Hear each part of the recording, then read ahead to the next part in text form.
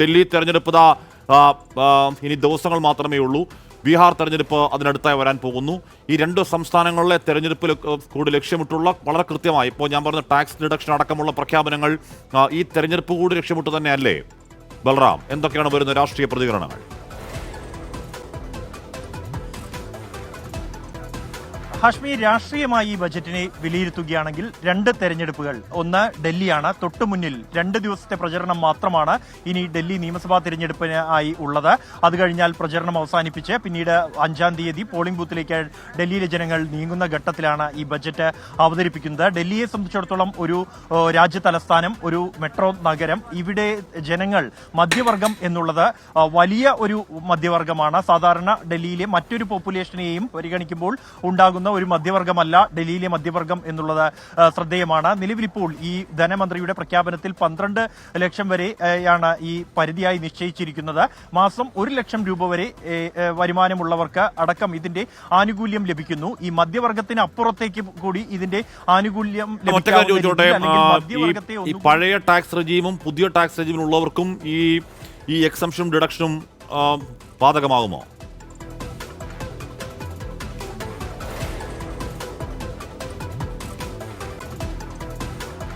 ഹാഷ്മി, കഴിഞ്ഞ ബജറ്റിൽ പുതിയ ടാക്സ് സംവിധാനത്തിന്റെ ഭാഗമായവർക്കാണ് ഈ ഒരു ഇളവ് ധനമന്ത്രി പ്രഖ്യാപിച്ചിരിക്കുന്നത്. ഒപ്പം തന്നെ പുതിയ നയത്തിലേക്ക് മാറിയവർക്ക് അനുകൂലമായ തീരുമാനങ്ങൾ, ഒട്ടേറെ മറ്റ് തീരുമാനങ്ങൾ ഈ ബജറ്റുമായി ബന്ധപ്പെട്ട് പ്രഖ്യാപിക്കും എന്ന് പ്രതീക്ഷിച്ചിരുന്നു. എന്തായാലും അതിൽ അപ്രതീക്ഷിതമായാണ് ഈ പരിധി 12 ലക്ഷമായി ഉയർത്തിക്കൊണ്ടുള്ള ഒരു തീരുമാനം ധനമന്ത്രിയുടെ ഭാഗത്തു നിന്നും പ്രഖ്യാപിച്ചിരിക്കുന്നത്. അത് വലിയൊരു രാജ്യത്തെ വലിയൊരു വിഭാഗം ജനങ്ങളെ, മധ്യവർഗ സ്വാധീനിക്കാൻ കഴിയുന്ന അല്ലെങ്കിൽ അവർ ഗുണഭോക്താക്കളായി മാറുന്ന ഒരു തീരുമാനമാണ് ധനമന്ത്രിയുടെ ഭാഗത്തു നിന്നും ഉണ്ടായിരിക്കുന്നത്. ഒപ്പം തന്നെ ഹാഷ്മി നേരത്തെ സൂചിപ്പിച്ച പോലെ തന്നെ ഡൽഹി നിയമസഭാ തിരഞ്ഞെടുപ്പ്, മാസങ്ങൾക്കപ്പുറം ബീഹാർ നിയമസഭാ തിരഞ്ഞെടുപ്പ് ഈ വർഷം നവംബർ-ഡിസംബർ കാലത്തോടുകൂടി ഉണ്ടാകുന്നുണ്ട്.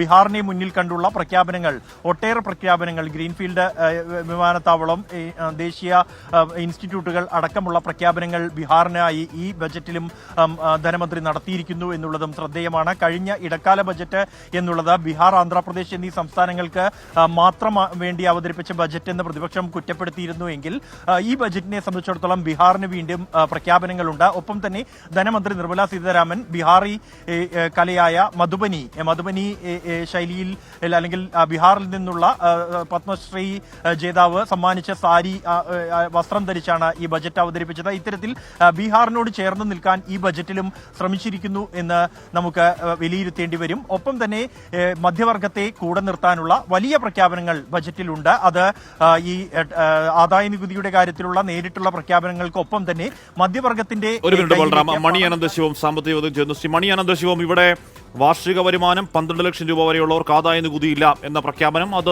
അതൊരു വലിയ പ്രഖ്യാപനമല്ലേ? അടുത്ത കാലത്ത് നമുക്ക് അത്തരത്തിലൊരു ഇളവ് നമുക്ക് ഉണ്ടായിട്ടുണ്ടോ മണി?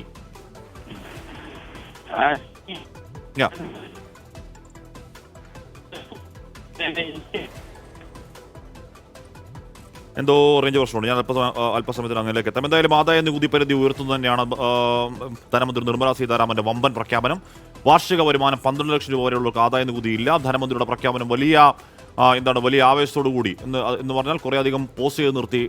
കുറേ അധികം സമയം ധനമന്ത്രി പിന്നീട് വായന തുടരാനാവാത്ത രീതിയിൽ മോദി വിളികളോടെയാണ് ഈ പറയുന്ന പ്രഖ്യാപനത്തെ ഭരണപക്ഷം വരവേറ്റത്. അതിൽ ഉറപ്പായും ഒരു രാഷ്ട്രീയ ലക്ഷ്യമുള്ളത് ഡൽഹി, ബീഹാർ തെരഞ്ഞെടുപ്പ് തന്നെയാണെങ്കിലും രാജ്യത്തെ ഒരു ഇടത്തരം അല്ലെങ്കിൽ ഇടത്തരം മധ്യവർഗ്ഗക്കാർക്കൊക്കെ വലിയ രീതിയിൽ സഹായകരമാകുന്ന ആദായ നികുതിയിലുള്ള വമ്പൻ ഇളവ്, മധ്യവർഗത്തിന്റെ പോക്കറ്റിലേക്ക് കൂടുതൽ പണം വരികയും ആ പണം കൂടുതൽ മാർക്കറ്റിലേക്ക് ഇറക്കാനും പിന്നീട് മാർക്കറ്റ് കൂടുതൽ ചലാത്മകമാക്കുകയും ചെയ്യുന്നുവെന്ന സാമ്പത്തിക തിയറി. പിന്നെ ഇത് പുതിയ റെജീമിനും പഴയ റെജീമിനും ഒരേപോലെ തന്നെ ബാധകമാണോ തുടങ്ങിയ കാര്യങ്ങളൊക്കെ കുറച്ചുകൂടി വ്യക്തത വരേണ്ടതുണ്ടോ എന്ന് സംശയമുണ്ട്. അല്പസമയത്തിനകം അതിൽ വ്യക്തതയും വരും.